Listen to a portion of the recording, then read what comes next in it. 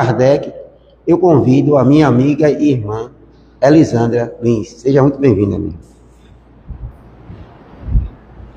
A música fica para o final. O hino Fé e Luz.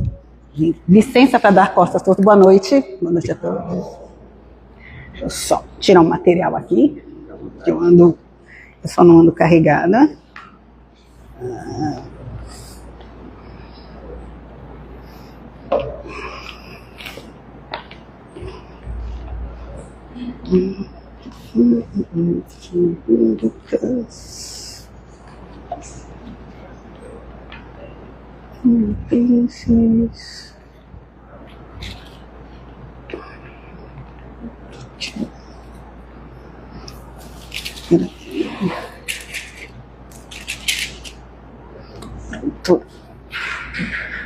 Salles, eu fico aqui, para cá, posso ficar em qualquer lugar? Posso ficar aqui? Meus irmãos, eu só vou pedir um favor a todos. Até com a proposta mesmo da codificação, que é ensinar, que é o princípio que o que seja dito tem uma aprendizagem prática, não é só dizer conceitos, ideias, é algo que a pessoa deve ouvir, refletir e ver se é possível trazer para o seu dia a dia. Então, o objetivo aqui é que o que eu fale chegue para vocês de forma clara. Caso não entendam, não tenham vergonha de levantarem a mão e de perguntar. Vamos fazer esse acerto, esse pacto, tá? Porque o objetivo é que venham entender o que a gente vai falar na noite de hoje. Nós vamos falar sobre Allan Kardec. Um princípio do Espiritismo, a máxima, que inclusive está registrada no túmulo de Kardec, é nascer, morrer, renascer ainda, progredir sempre. Tal é a lei. Essa frase é simples, né? Mas ela é de uma profundidade imensa. E nós hoje, para que a gente chegue a Kardec, a gente tem que entender qual foi a missão ao qual ele foi responsável a fazer, a cumprir nesta encarnação a partir de 3 de outubro de 1804. Então nós vamos começar no Evangelho de João, capítulo 14, que diz assim: Jesus promete voltar. Não se turbe o vosso coração, credes em Deus, credes também em mim. Na casa de meu pai há muitas moradas. Se não fosse assim, eu vou-lo teria dito. Vou preparar-vos lugar. E se eu for e vos preparar lugar, virei outra vez e vos levarei para mim mesmo, para que onde eu estou, estejais vós também. Vós conheceis o caminho para onde eu vou. Disse-lhe Tomé: Senhor, nós não sabemos para onde vais. Como podemos conhecer o caminho? Respondeu-lhe Jesus: Eu sou o caminho, a verdade e a vida. Ninguém vem ao Pai, senão por mim. Se vós me conheceis, também conhecereis a meu Pai. De agora em diante o conheceis, e o viste. Disse-lhe Filipe: Senhor, mostra-nos o Pai, e isso nos basta. Respondeu-lhe Jesus: Há tanto tempo estou convosco e não me conheces, Filipe? Quem me vê, vê o Pai.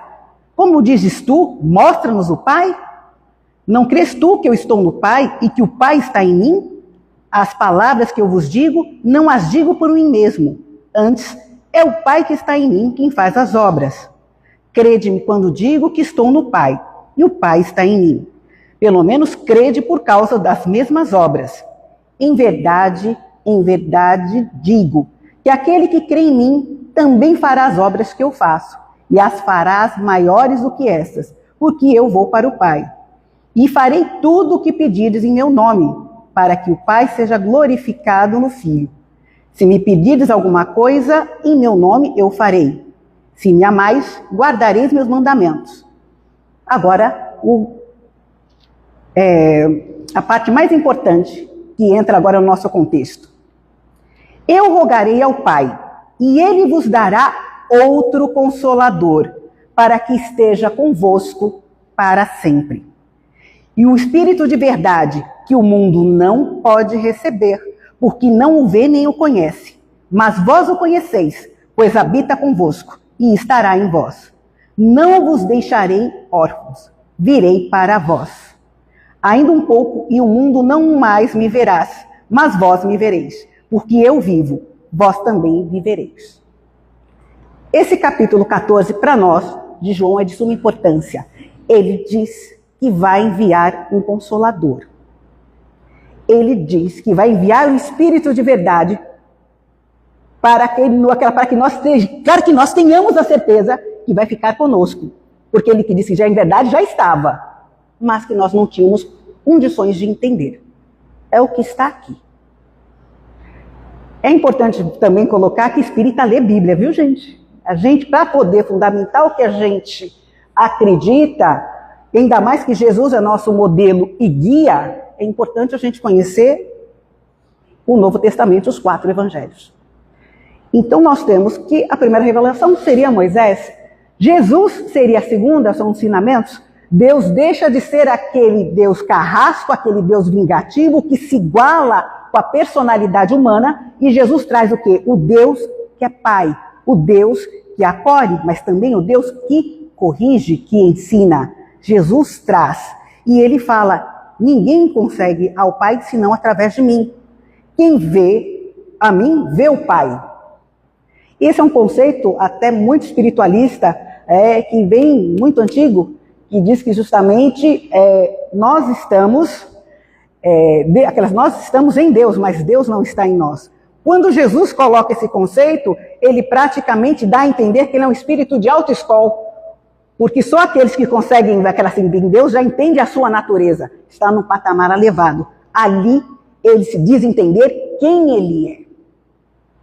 Agora vamos para a realidade, meus irmãos. Porque hoje em dia nós começamos toda reunião espírita ou qualquer culto cristão dizendo que Jesus é o Rei dos Reis, Jesus é o Leão de Judá, que Jesus é o Espírito do autoevolutivo, que Jesus é o governador planetário.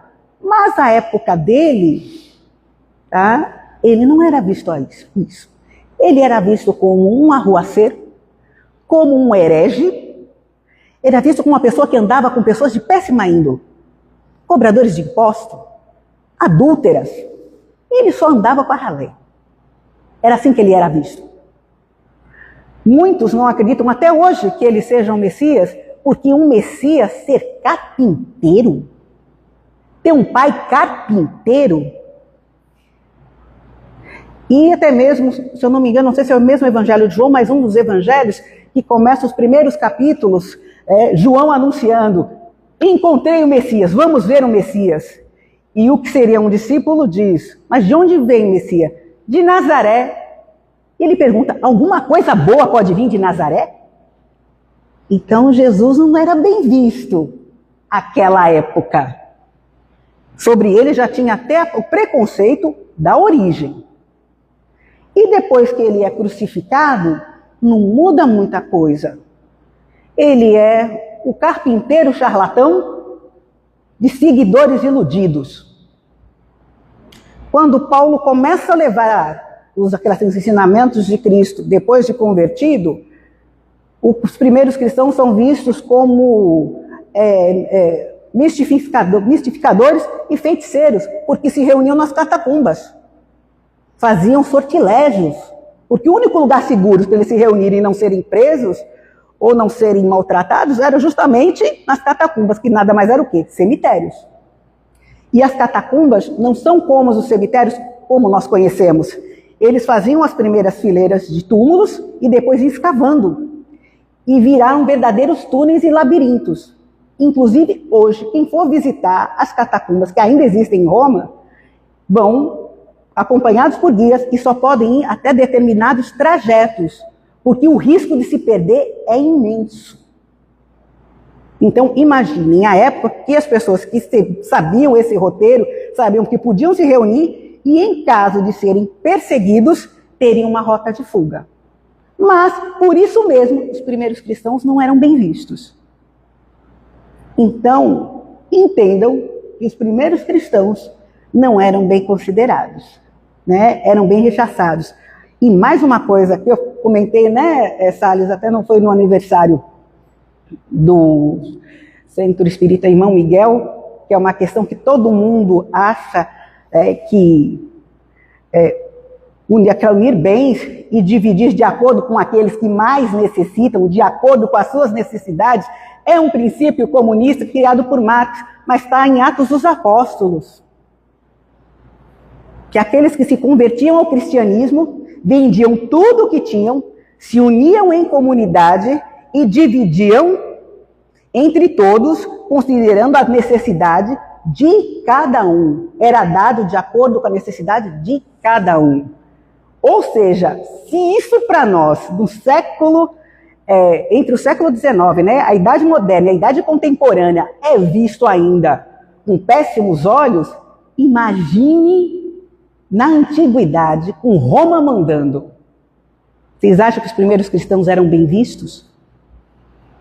Quando acolhiam entre a mesma comunidade escravos, fugidos, escravos libertos e pessoas com alto poder, com dinheiro, que deixaram tudo e foram viver nessas comunidades? Acham que Jesus era bem visto? Não. Então, as primeiras comunidades cristãs sofreram fortes perseguições, muitas delas registradas na nossa história. Porém, Jesus, na sua infinita sabedoria, sabia que em algum momento aqueles que agregassem ao movimento cristão iriam se deixar corromper pelo poder. Iam se deixar corromper pela falsa ideia de escolhidos, de estarem acima da maioria, de ter de tirar o livre-arbítrio que tanto ele ensinou das suas escolhas, né? Que Jesus nos ensinou. Ele sabia, né, que muitos, talvez muitos de nós inclusive, iria contribuir para o quê? Para a mudança da interpretação dos ensinamentos dele. Então não foi ao acaso, não foi por qualquer motivo que ele disse que enviaria um consolador, porque esse consolador, ele iria trazer o quê? As bases originais do cristianismo, ia trazer para os seus reais valores, porque ele sabia que ia ser corrompido. E isso aconteceu com o passar do tempo. Depois de tantos cristãos martirizados, tantas histórias que vocês podem ver, de tantos que foram depois beatificados, transformados santos, nós vemos isso. Posso trazer uma questão histórica, vocês podem ver em filme, por exemplo, Hipácia de Alexandria, que é filósofo, era da escola neoplatônica no Egito, que ela foi, né, assassinada por um grupo de cristãos, porque achava que ela, por ser pagã, ela estava contra o bispo de Alexandria. Ela foi morta. A Igreja Católica, em 527, ela destruiu a academia fundada por Platão antes de Cristo. Com a queda da academia de Platão, é consolidado, tá, a questão do início da Idade Média, a Idade das Trevas. Essa vai variar, a gente vai falar que entre 473, 453, né, depois de Cristo, mas o último seria núcleo de resistência, seria a Academia de Platão, que era visto como o último núcleo de resistência pagã, que era um núcleo que, prestem atenção, educacional.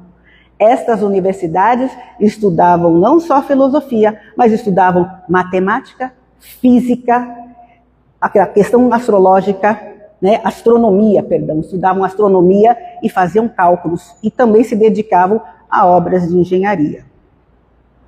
Então nós temos o quê? Que com isso nós entramos na Idade das Trevas, chamando a atenção de todos que a antiguidade não era composta por povos primitivos. Até hoje, o Coliseu é uma obra-prima da engenharia, não foi superada. O cimento que os romanos usaram é estudado em laboratório para tentar criar algo similar, porque o nosso é inferior ao deles. Criaram obras como aquedutos, criaram estradas, criaram também ferramentas cirúrgicas, criaram a parte de hidráulica, peças que eram experimentos que são considerados avós do motor a vapor e tantos outros.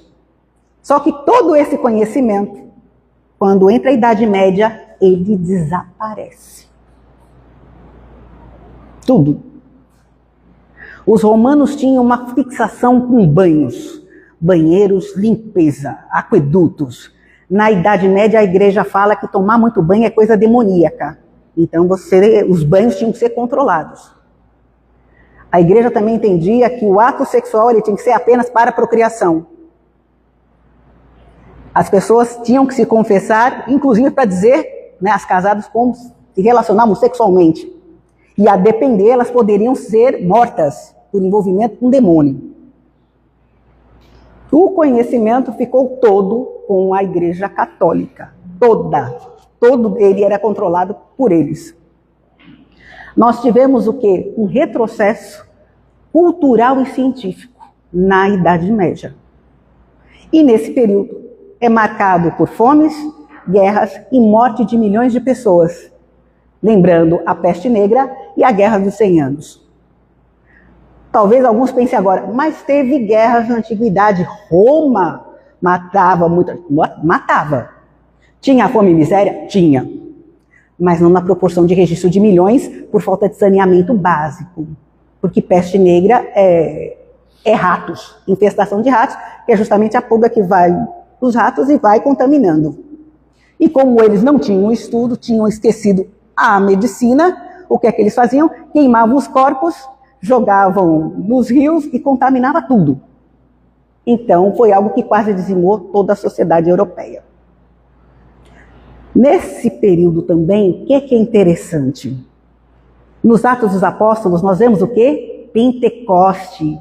O que dizem que Pentecoste é? Desce o Espírito Santo e os apóstolos começam a falar em línguas.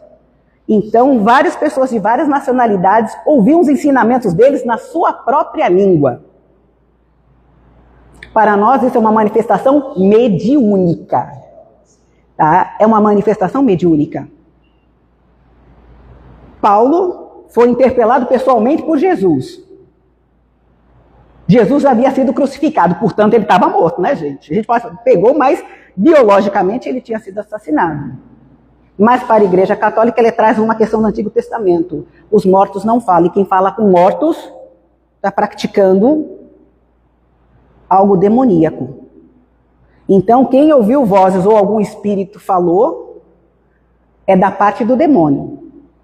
Assistam qualquer filme de Joana d'Arc, que eu estava até, o acaso não existe, né? Mas eu estava vendo o filme de Joana d'Arc, que ela fala, eu escuto uma voz, e essa voz diz isso, isso e isso.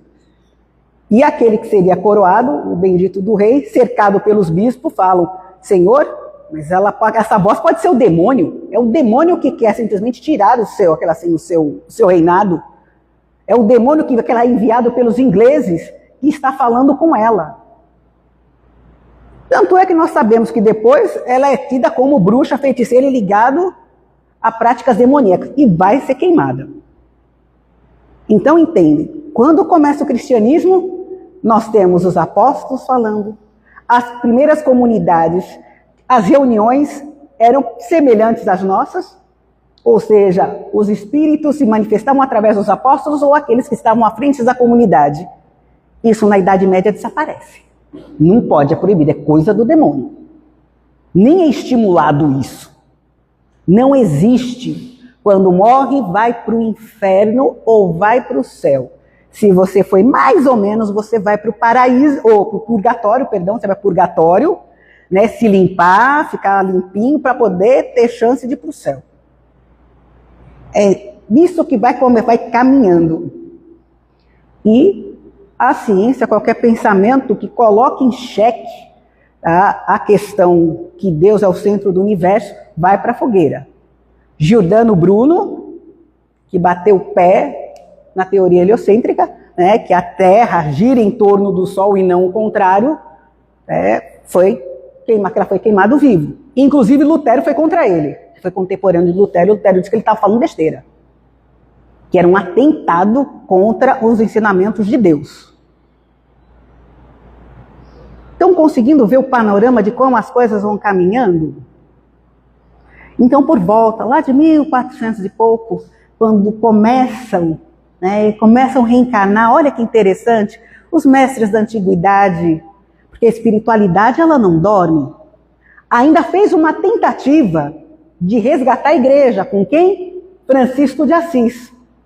Francisco de Assis nasce na região da Itália, trazendo o quê? A humildade, a questão do desapego, trazendo esse exemplo para a Igreja Católica, valorizando os mais simples, as coisas da natureza, a criação como um todo. E mesmo assim, poucos o seguiram. A Igreja continuou mantendo a sua corrupção interna, que chegou no exemplo de um Papa como Borgias e Companhia Limitada. Então, a espiritualidade, já começando a preparar o caminho, faz o quê? Espíritos que viveram na antiguidade começam a reencarnar. Nós vemos o quê? O renascimento cultural. Nós vemos mestres renascendo na parte da escultura, na parte da literatura, na parte de todas as artes. Nasce não só na Itália, como na Inglaterra, na França, nos grandes centros da Europa. E começam a fazer o quê? A questionar e enfraquecer a ideia da igreja. Deus, que era o centro de tudo, começa a ser questionado, e o homem é trazido para esse lugar, é trazida a questão do humanismo. Começa-se a mexer nas feridas, começa-se a fazer, olha, nós temos que fazer surgir novamente centros de estudo, universidades. Então a gente vai nascer tanto na Inglaterra, como na França, como na Itália. As pessoas se reunirem para de novo aprender, para de novo redescobrir o que se já sabia na antiguidade. E o que acontece com esses primeiros movimentos? Começa a se valorizar a razão, a lógica. Tem o lema da universidade, eu acho que é na Academia Real Britânica, nullius in verba. Nada que não for provado tem validade. Não basta só palavras, você tem que provar. Então, é um novo pensamento, uma nova postura diante do mundo que começa a surgir. E ele vai ganhar mais força, tá? Vai se incorporando, vai ganhando mais força até o iluminismo. Que vai reforçar muito mais essa ideia da razão e da lógica na sociedade e nas ciências. Por que isso é necessário? Porque ia chegar um momento, tá, que quando eu saio, vejam bem os extremos, eu estou só na questão de Deus, você só pode fazer o que a igreja mandar. Eu tento me libertar disso, a tendência não é para um equilíbrio, eu vou para outro extremo. Então, nada que venha da religião é bom. Então, as pessoas começam a se afastar do quê? Da religiosidade, da espiritualidade. Tudo começa a ser visto, sabe? Muita desconfiança, porque a questão do controle. O controle da igreja foi tão grande que se usa, olha, isso não tem lógica, não faz sentido, eu não quero tomar parte. Entenderam os extremos, aquele extremismo? Que a tendência é ir para esse extremo. Mas vamos continuando na nossa linha. Começa-se a estudar o quê? Motores a vapor, magnetismo, eletromagnetismo, química e assim por diante. E a sociedade também começa a se movimentar. Nós temos o quê? A mudança da idade moderna para a contemporânea. Qual é o ponto? 1789, Revolução Francesa. Igualité, fraternité e liberté. Igualdade, fraternidade e liberdade. Começa com conceitos mais fortes da questão de comunidade, de proteção, de ver algo diferente que não seja a morte ou um ditando a vida de todo mundo. Uma ideia de vida melhor começa a surgir. Muitos podem dizer, nossa, mas o mundo não mudou muito, talvez, da Revolução Francesa. Mudou, minha gente, sabe por quê? Porque na Idade Média, naquela transição, você não tinha saneamento básico, as ruas não tinham iluminação, então você tinha mais assaltos à noite. A questão também de educação, começou a ideia que você tinha que trazer isso para todos, porque você tinha a ideia que só uns sabendo e outros não, você não podia trazer crescimento para a nação. Então, aos poucos, isso foi mudando. Você tem exemplos, por exemplo, como assim, Faraday, que era de uma família bem humilde, não tinha conhecimento, mas tinha prática, que traz o motor, que traz também algumas noções assim, de prisma, de ótica. Tá? Ele não tinha o conhecimento teórico, mas vejam só como funciona a vida. Ele, quando já estava numa determinada idade, nasce numa família de classe média alta, de um casal até bem maduro para a idade, um jovem. Esse jovem é um matemático brilhante. Eu vou ficar devendo um nome para vocês. Eu não sei, não vou perguntar ali para o meu marido, ele sabe, mas é um matemático brilhante, que ele pega a parte prática de Faraday e ele prova por equações matemáticas.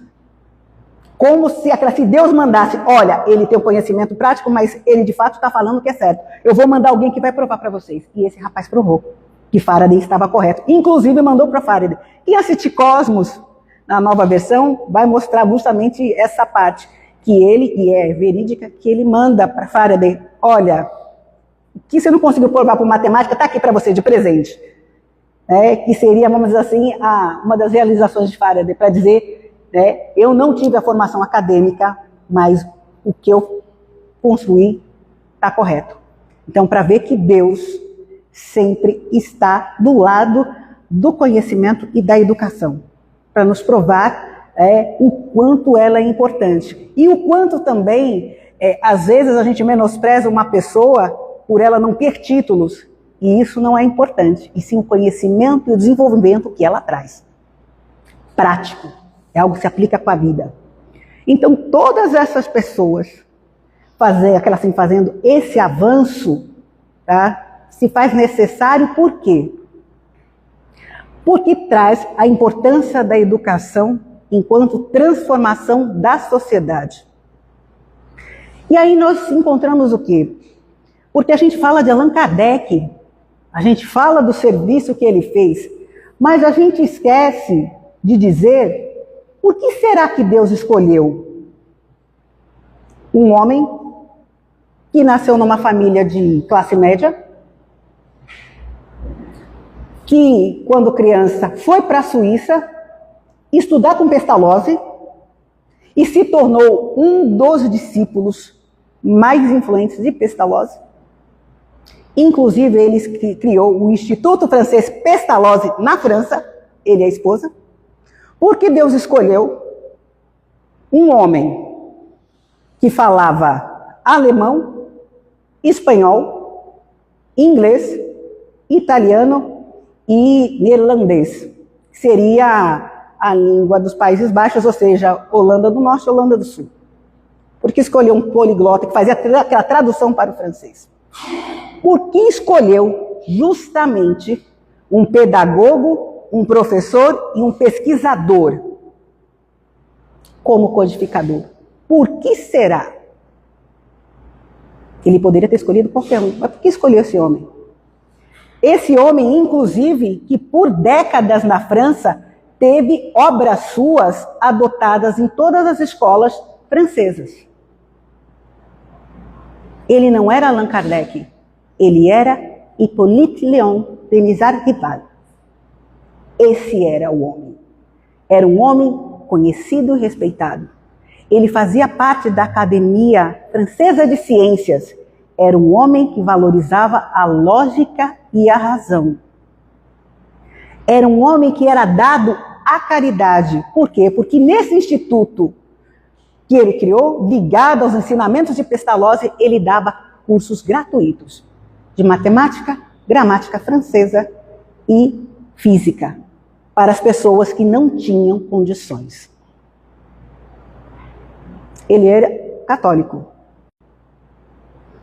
Não com a fé cega, mas ele tinha, como todos, nasciam numa religião e seguia de seus familiares. Mas esse homem, que era da Academia de Ciências, lá pelos idos de 1850 e pouco, ele mostra seus interesses pela paranormalidade, porque estava numa verdadeira febre na França ver fenômenos mediúnicos. Virou uma espécie de show. Você ir em grandes, em casas, né, de pessoas com dinheiro para ver o quê? Mesas girando, objetos de um lado para o outro e se atribuía a espíritos. Ele foi chamado várias vezes, pelo menos em várias biografias, quando começam a falar sobre espiritismo, diz isso. Ele foi chamado várias vezes. No início ele era bem descrente, né, de espíritos falando, né, de algo que morreu, que está se comunicando. Porém, convencido por um amigo, ele foi. E chegando lá, observando, começa como bom investigador. Deixa eu ver o piso, deixa eu ver a estrutura, deixa eu ver se tem algum equipamento, algum fio, alguma coisa que eu possa justificar que essas manifestações nada mais pulsos elétricos. Ou eletromagnetismo. Que na verdade isso daí é alguém provocando para que as pessoas fiquem crentes. Vocês podem não acreditar. Agora vejam como são as coisas. Na antiguidade, na Grécia, matemáticos usavam força hidráulica para que as portas do templo abrissem e as pessoas achassem que era uma manifestação dos deuses. Ou seja, se usava a ciência para convencer as pessoas que era algo místico e sobrenatural. E Kardec está buscando usar aquela ciência para dizer que aquilo é charlatanismo. Que isso daqui está enganando as pessoas estão saindo de casa para ver show. Pessoas estão abusando da boa fé deles. Kardec investiga, acredito eu que não deve ter sido numa primeira vez, numa segunda, que concordam comigo que se demanda, né, você analisar, você observar. Então ele constatou, não tem nada que eu possa atribuir à ação humana, não é. Então vamos ver essas mesas. Essas mesas batem e cada som, a quantidade de som, equivalem a uma letra. E essas letras formam frases. E essas frases são respostas, essas frases formam respostas a perguntas inteligíveis. Então Kardec, como lógico que era, disse, bem, mesas não respondem.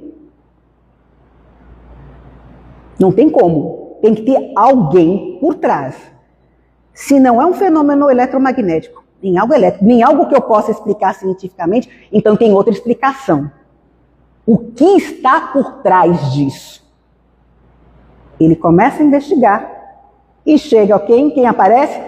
Presente espírito de verdade. Lembra do espírito de verdade que a gente viu no João?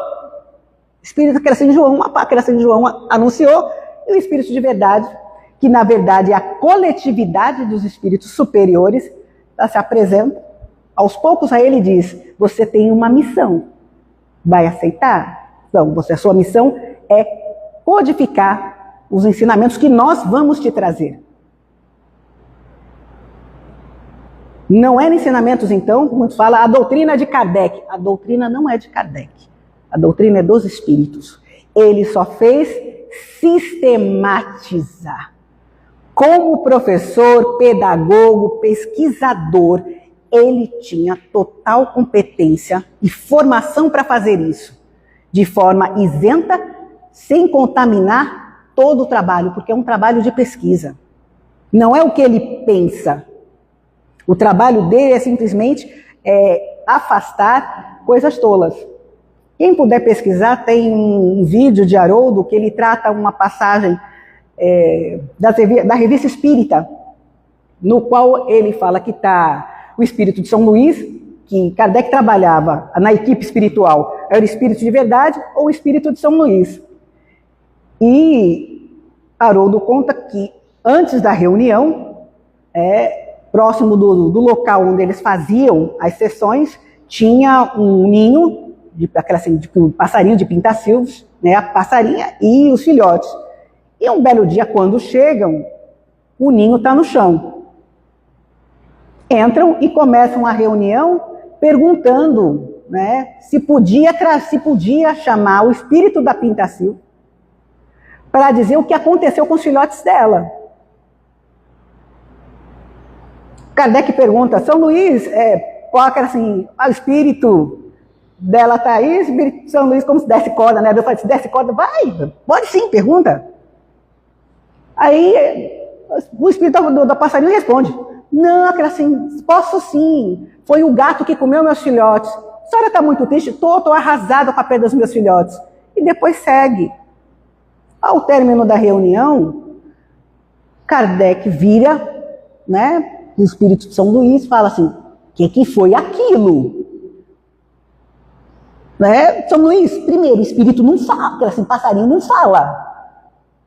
Tem alguma obra escrita para um passarinho? Não, isso não fala. Ele falou, aquele espírito de São Luís falou assim, não, é porque só queríamos que você tivesse noção o que acontece quando não se usa a razão. É lógico que a gente não vai publicar isso, porque de fato não fala. Mas isso tem que começar o bom senso de vocês. Porque nem sempre vai ter uma equipe espiritual para dizer que isso não faz sentido. Não vai ter babá 24 horas. Vocês têm que usar o quê? A razão. É necessário o quê? Estudar. Então você escolher um professor pedagogo que estuda, que faz obra, também não está um acaso. Entenderam, meus irmãos? Não está acaso. E fora isso, que a gente coloca, aquela Allan Kardec, o codificador, essa pessoa maravilhosa, vocês assim, notam o preço que ele pagou? Ele já tinha obra publicada. Para que o que ele escrevesse como codificador da doutrina espírita não fosse desmerecido, caso ele, enquanto pessoa, fosse achincalhado, ele usou um codinome de uma reencarnação passada. Ele também sofreu perseguição. Perseguição da Igreja Católica, perseguição dos protestantes, perseguição dos próprios colegas que eram da ciência, porque ele estava vendo coisa que, de fato, para se provar, levaria muito tempo. Então, ele, enquanto pessoa, também teve sua vida pessoal sacudida. Então, todas as grandes missões, os grandes trabalhos, também vêm atrelados a grandes sacrifícios, a grandes renúncias e sempre a grandes sofrimentos, porque neste mundo nós sabemos que a maioria de nós somos dados a querer condenar, a querer humilhar, a querer fazer que a pessoa se sinta a pior criatura quando a gente acredita que o que ela faz não está correto. Né? Muitos têm prazer em ver o sofrimento alheio. Então, imaginem o que ele passou. Tanto que faleceu aos 65 anos de um aneurisma. Tamanha era a pressão que, né, Hippolyte sofria. Então, para que a obra dele enquanto pedagogo e professor não se confundisse, para que tivesse isenção e os ensinamentos dos espíritos não fossem também colocados, tá, como algo gramatical ou uma história, ele colocou um codinome. Até para que ele também não fosse identificado, colocasse o mais neutro possível, fosse a doutrina dos espíritos. E fez um trabalho, inclusive, de divulgação intensa. Muitos irmãos espíritos aqui ouvem falar das caravanas que a gente faz entre o mês de janeiro a abril, que vai visitando os centros espíritas, levando uma temática, né, a nível Bahia. Se eu não me engano, é nível Bahia, não sei se é nível de febre, mas é nível Bahia. Então, visitando, para querer até unir as pessoas, até explicar os conceitos. Kardec fez isso muito em cidades da França, que eu tenho aquele conhecimento, eu não sei se chegou para o exterior, mas na França foram vários núcleos, para justamente passar essa doutrina nova, passar os ensinamentos dos espíritos, ensinar, né, que a morte nada mais é que uma passagem, uma mudança de estado. Que a morte não separa, que a morte não é o fim. E que, já que nós falamos Semana Espírita, céu e inferno, que a justiça divina, ela é retributiva e educativa. Ela não condena, o objetivo dela é que o indivíduo aprenda. Retributiva em que sentido? Lei, causa e efeito. Como você agiu, o que te moveu a fazer, a praticar algo que está fora da lei divina, tá? Você vai responder. Isso quer dizer que se eu matei uma pessoa, eu vou ser morta? Não. O que fez você tirar a vida de um ser humano, se for vaidade, se foi raiva, se foi ciúme, tá? É esse sentimento que você vai trabalhar. E o sentimento de raiva, de inveja, de rancor que você emitiu, ó retribuição, você vai sofrer. Esse sentimento vai voltar para você. É uma questão de física. Se eu pegar um saco e der um murro nele, ele não vai voltar para mim? É uma lei. Agora, isso daí dá para poder neutralizar? Dá. Jesus, nosso modelo e guia, disse que o amor cobre 1 milhão de pecados. Se você age no amor, você neutraliza todo o mal que você fez. Só que esses ensinamentos, para que para nós tenha sentido, enquanto adeptos da doutrina espírita, é necessário educação. Porque para o espiritismo, a educação é fundamental. Sem ela não é possível reforma íntima. Sem ela não é possível ela compreender os principais princípios, postulados da doutrina espírita. É necessário. Lembra a questão, antes de a gente tocar, gente, tem vários irmãos nossos que são assim, ou uns ficam só que é para estudar, dentro da doutrina espírita, é só para estudar as obras e os livros, e outros vão para a parte prática, que são as comunicações mediúnicas. Ficam no extremo. Lembra o exemplo que eu dei de Faraday? Faraday tinha prática, mas não validava porque ele não tinha teoria. Como aconteceu outros exemplos também de ser só teoria e não conseguir validar na prática.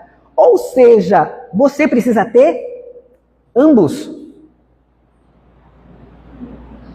Que é o que nos explica, se eu aprendo que eu tenho que amar o próximo e eu não coloco na prática, esse ensinamento não me serviu para nada. Eu não usei ele para nada. Ele não tem validade para nada. Amar o próximo como a ti mesmo, se eu não consigo colocar isso na prática.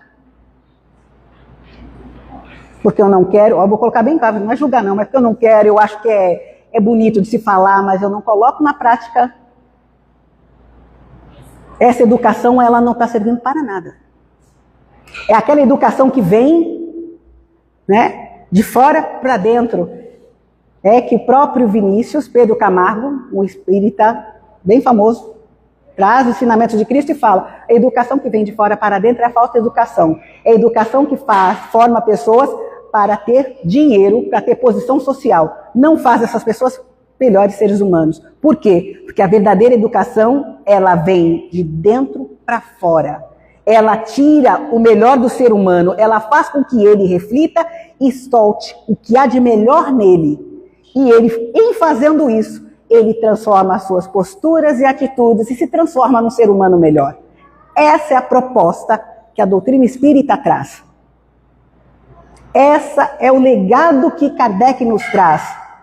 Kardec, quando permitiu que o Consolador prometido voltasse para nós, nos trouxesse a singeleza, a beleza, a simplicidade dos ensinamentos do Cristo, sem muita fantasia, sem muita apoteose, sabe? Jesus vai voltar numa classe servido por anjos, com trombetas. Jesus volta toda vez que a gente acolhe uma pessoa em sofrimento. Jesus volta quando a gente escuta que mataram 100 e tantas pessoas, a gente pede misericórdia para aqueles que fizeram e para aqueles que sofreram. Que a gente não se anima com a morte de ninguém. que a gente não se anima com o mal praticado, Jesus volta nesse momento. Jesus está vivo nesse momento, como ele falou em João. E Kardec, ao colocar sua vida, que ele poderia ter, eu não quero me envolver nisso, eu quero viver como pedagogo famoso que eu sou, como professor famoso e pesquisador que eu sou, de uma posição reconhecida pela sociedade. Ele abriu mão disso para nos trazer Jesus na sua verdadeira versão. Para nos dizer que tem espíritos evoluídos que se preocupam com o nosso crescimento, porque eles são melhores? Não, porque eles já estiveram como nós. Encontraram uma mão amiga que disse para eles, olha, vão em frente, persistam, vocês conseguem. Vocês vão encontrar a paz e a felicidade que vocês tanto buscam. Isso eles vêm trazer. Eles veio também nos dizer que aqueles que falecem, hoje é dia 2 de novembro, não é? Eles não nos abandonam, eles continuam nos amando onde quer que eles estejam, porque o amor une, ele não separa. Isso os nossos irmãos, através da codificação de Kardec, nos trouxe. Nós temos uma outra visão da morte. A morte não nos assusta, ela nos mostra uma próxima etapa. A vida para nós tem outro sentido, porque a gente tem que viver para aprender, para começar a ver o mundo de uma forma diferente. Você não está aqui só para ter uma casa, um carro. Você está aqui para se tornar melhor. Você está aqui para vencer suas próprias limitações. Eu não consigo perdoar fulano. A pergunta não é o que ele fez, é por que eu não consigo perdoar. Por que eu não consigo? Eu não consigo conviver com aquele fulano. Ele fulano é assim, assim, assim. Tá, ele é tudo isso. Mas por que você não consegue conviver com aquele fulano?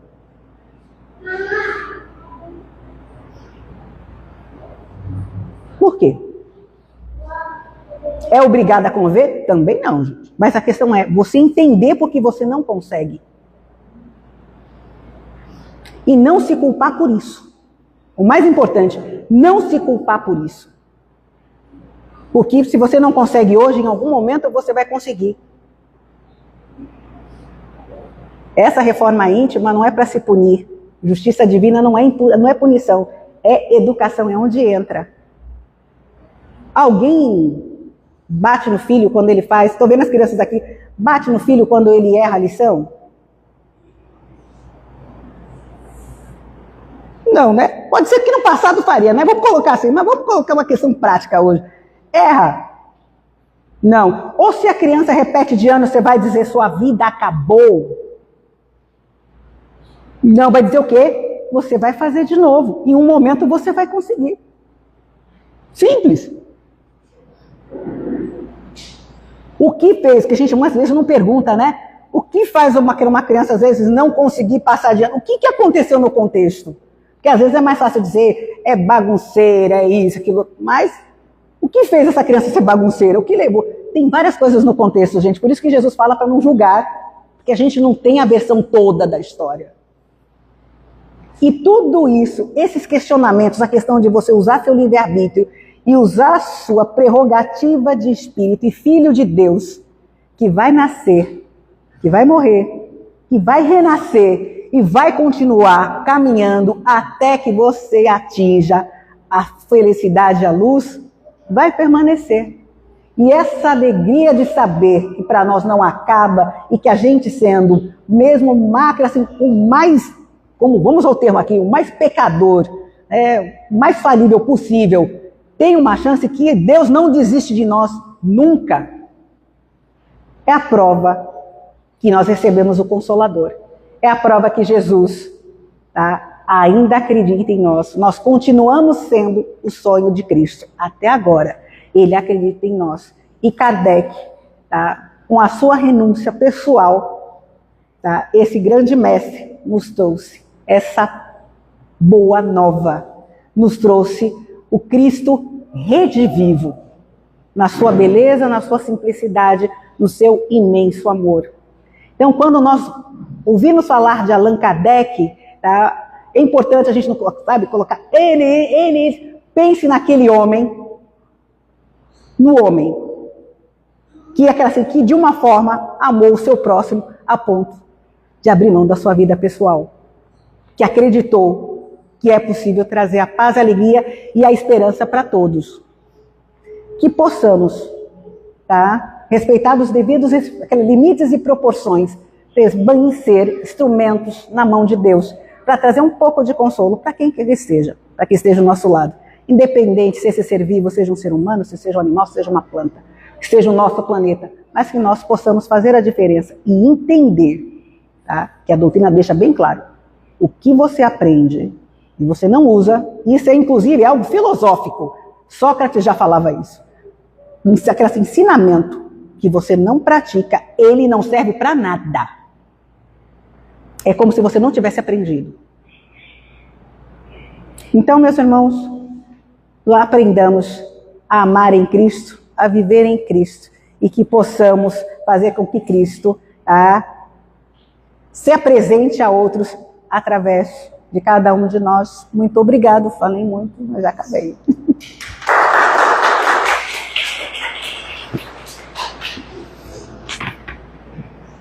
Vou fazer a pressão lá do chão. Bom. Só posso apertar o botão amarelo para ver. Sim, aqui.